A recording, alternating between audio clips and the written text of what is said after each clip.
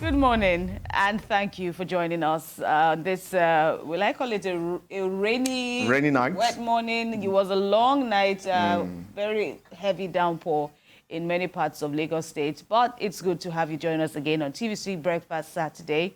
TVC Breakfast Saturday, of course, you know that it's a unique, very unique variation of the TVC Breakfast experience right here on our channel, and we are delighted you can join us again this Saturday. I am Kemi Foladeyemo with Emmanuel Ajayi. Drums rolling. Thank God we're here again. How are you? Well, you know, what the rain brings, and anytime it rains, especially in Nigeria or in this part of Lagos, there's this relief. The heat waves, everything. And, you know, a lot of people decided to sleep very well, comfortable without the heat. And perhaps overslept? I don't know. But we thank God that we're back again to see another beautiful Saturday. Right. And the show is always packed full. We don't just, talk about, like, post-mortem of happenings in the week. But let me say again, congratulations to all wonderful women out there. Thank you very much. Yesterday was International Women's Day. Right. And that will also form a chunk of the show this morning, in addition to, interesting segments in the world of sports and entertainment. So you don't want to stay away from the discussions, the insightful contributions by our array of guests this morning. So let's begin head on. The week has been busy. So many happenings from the federal government across the polity, that is. And one of the lingering challenges, as the government battles to, stop the issue of hardship in the land, food scarcity, food non-availability. Well, there is now said to be a surge in the smuggling of Nigerian produce to neighboring countries, which authorities say have heightened the challenge of food inflation in the country as government tries to alleviate the situation by plugging border gaps. Now, truckloads of grains and other items are reportedly being smuggled out of Nigeria to neighboring countries through clandestine routes across the states, even as residents are battling the double whammy of hoarding and soaring food inflation. Well, recently, operatives of the Maiduguri Zonal Command of the Economic and Financial Crimes Commission arrested 21 trucks loaded with food and non-food items heading towards Jamena, Chad Republic, Central African Republic, and Cameroon. All right, so that's how we start off our banter this morning.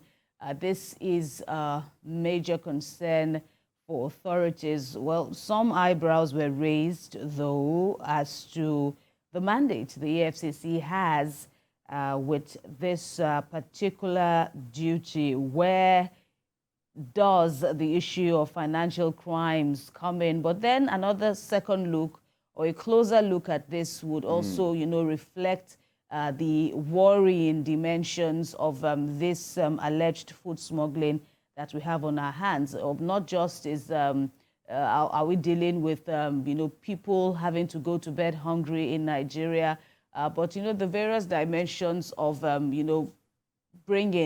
deliberately bringing the country to its knees by some of these nefarious activities. Of course, the government says it is on top of the situation. There's also the issue of trucks even plying national routes, also being attacked, warehouses also being, raided, due to the perilous situation in our hands. But, people have said it's still not an excuse. It's not an excuse for this kind of... And that's why let me come in from the angle of the Nigerian Customs Service, saying that President Bola Tinubu has directed the total compliance with the Export Prohibition Act concerning food items to prevent the smuggling of commodities out of the country. Well, what we're seeing at the moment is what some will call a detrimental practice to all essential food items out of Nigeria. I would say this is humanity to man.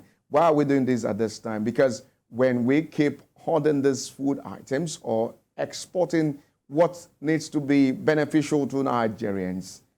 A lot of Nigerians will definitely suffer this particular act. And when others mop up food items, such as grains, across the country, it creates artificial scarcity, which leads to the hike in prices. So thank God that the federal government is doing the needful to ensure that hoarding of food should be stopped. And the Minister of Agriculture and Food Security is also talking tough concerning this development. We shouldn't be doing this to ourselves. We should ensure that Nigeria is blessed with a lot of food commodities in the country. Look at Benue State, where we call the food basket of the nation. So why are we living by the riverside and we're still dying of thirst?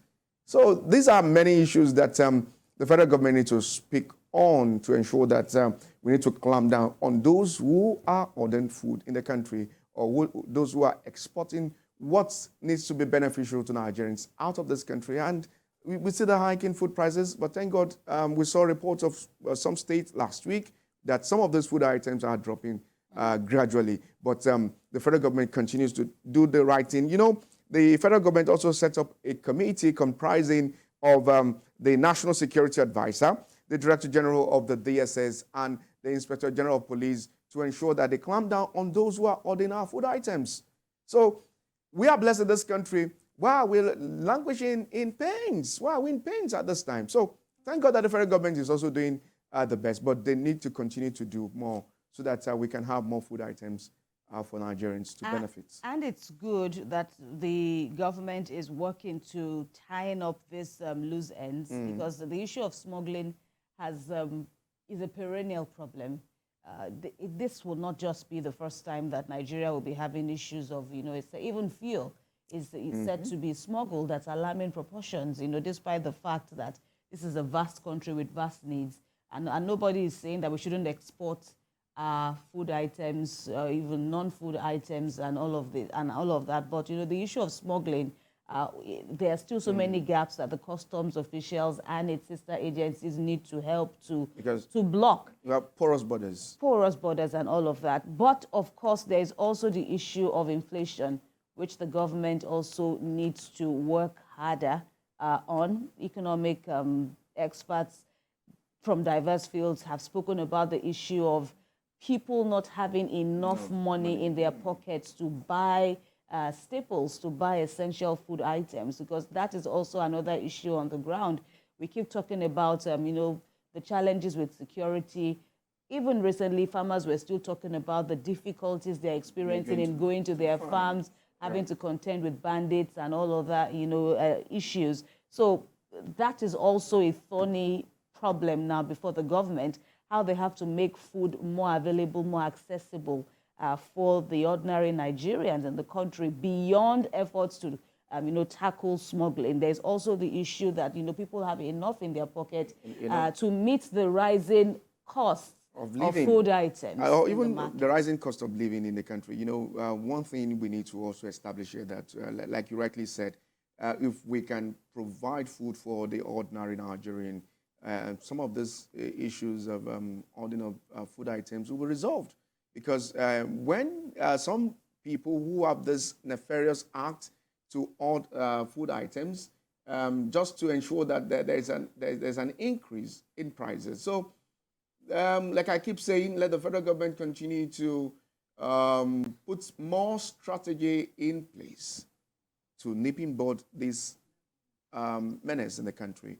This is something that we shouldn't be going through in Nigeria, a country that is blessed with many natural resources.